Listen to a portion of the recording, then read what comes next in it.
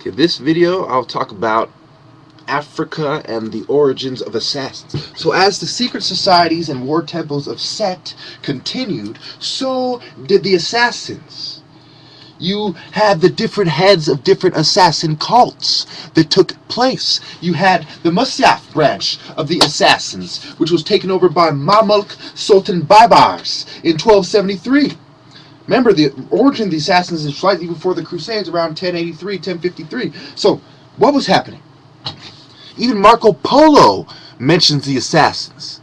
Okay? You had Grand Masters like Hassani Saba.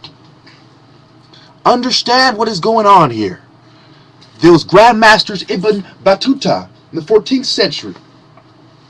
He's the one who made the fixed rate for the pay per murder. Remember, you had Murder Inc. and the Mafia. You had Al-Qaeda, Bin Laden, Zabriskie with Bin Laden. So it is the secret societies training the secret societies members of a certain religion to work on their behalf. They're perverting the religion. It is more than just the black man's history that's being co-opted and stolen.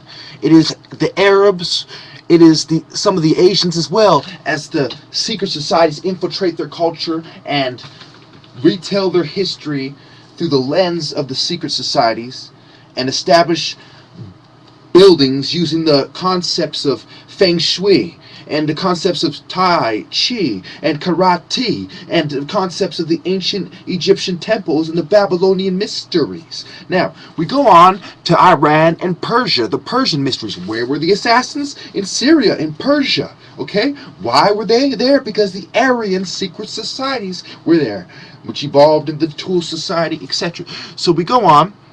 We talk about Hassan-i-Sabah.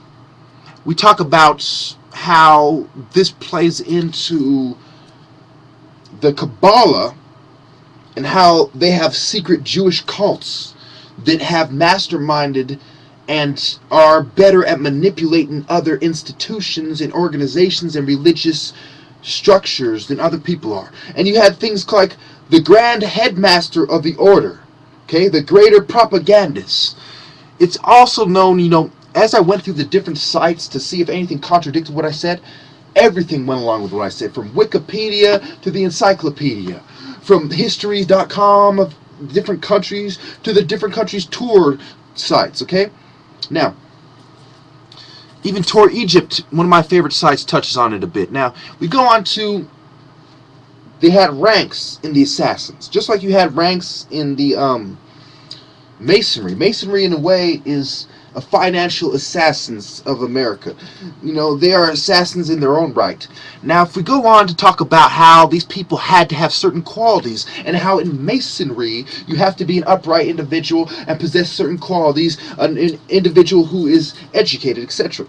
So we go on to talk about the Hashishans and how the Arabs were smoking hash, and how that evolved into the different secret society rituals. Like even in Christianity and Mass, you drink wine. So it's certain intoxicants that are also going into the equation. Like Jordan Maxwell mentioned that the hats of the rabbis were also mushrooms, and they take psychedelic mushrooms, and they have a religious experience, helps them transcend the body and to float in the spiritual realm. And the Rastafarians smoking weed and etc., etc. Well, the Hashishans, they smoked hash and they did assassins. Now, you have to understand that the Egyptians also used the term Hashishin in the 30s when they were referring to people who were being riotous, and they also used hashish, just like in Afghanistan.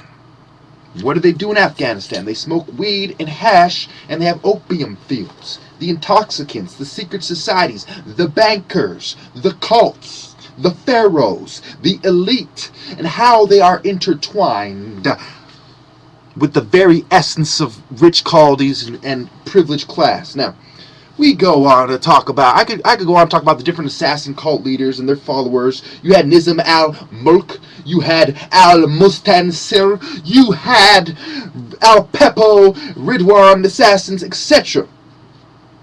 You had the Syrian assassins, of course, the Ibn al-Kashab,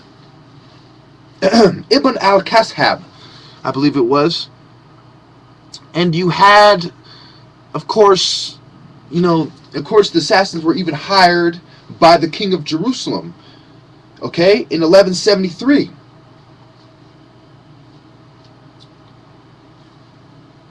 So you have to understand that the Christians were known for negotiating with the assassins and using the assassins as a third party to bring in their interests domestically and abroad. And so this is history repeating itself.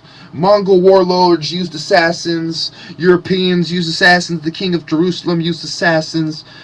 History repeats itself. I got about 4 minutes to explore a little bit more with you about how history repeats itself, and how the spread of Islam was a threat in Europe and in Africa as well. As someone pointed out to me, that they used to put the Jews in a plane and dump them into the ocean and time how long it would take them to drown. So the experiments of the people in power and the lengths they'll go to accomplish their agenda knows no bounds, none. Okay, understand how the military methods and techniques that were used by the Ismaili state was applied, and how they had strongholds, and how they used assassins abroad and preferred defense, and how the Grand Masters like Imam Rukin, and how you had the Rukins in Chicago, but I'm not going to get into that, the El Rukins. That's a slightly different, but it's somewhat the same idea. Now, we go on to, I could talk about historians. How long do I got? I got 2 minutes or 3 minutes. I could talk about historians, Al-Hamawi, and how it plays into the Nizari state and empire that I was talking about, and how the kingdom of Hungary were using mercenaries, and how this plays into the assassins, and how the assassins didn't necessarily die out, they evolved, and how the Templars didn't die out, they evolved. How the use of hash, like, did people stop smoking hash, or did it evolve? Did empires cease to exist, or did they evolve? Did the Native Americans cease to exist, or did they evolve into these white people with some native genes, and they want to claim that they're more native than they actually are because they seek to connect with their roots, their past? Okay? A lot of you might wonder, why am I showing you a map of Africa when I'm talking about Islam? Because there's more African Muslims than there are Arab Muslims. Because people who practice Islam and Muslims, they not only use symbols that they're not supposed to use, but let me see if I can find this symbol. Okay, I don't have it at this point. Okay, they are being usurped. Their hierarchy is being usurped. That's why there's a split. That's why you have Sunnis and Shia, because there is a split. That's why some people say we should follow the family members of Muhammad, and others don't. They're talking about bloodlines. Bloodlines, symbols, these are the things that cause the split. Banking, power struggle, these are the things that cause the split. War, profiteering, these are the things that cause the split. So remember, Syria and Iraq, Babylon, Iran, Persia, these are the places where people like the Indians and the Vietnamese and the people in Laos and the Cambodians. Remember, Vietnam borders not only Laos but Cambodia, and then further up, closer to Alaska by Russia, you have Korea, North and South Korea. And then you have Thailand, closer to Vietnam, etc. Closer to Cambodia, Laos, blah, blah, blah. Now, you have the Thai fighters in Thailand. You have the Korean fighters. Kung Fu itself branched out into other martial arts, and all martial arts started in Africa. Like capoeira didn't start in Asia, but who practiced it? Asians practice capoeira. If you're going to say that the native people were Asian, then you have just acknowledged that Africans brought Asians martial arts from Angola and from Egypt. Thank you.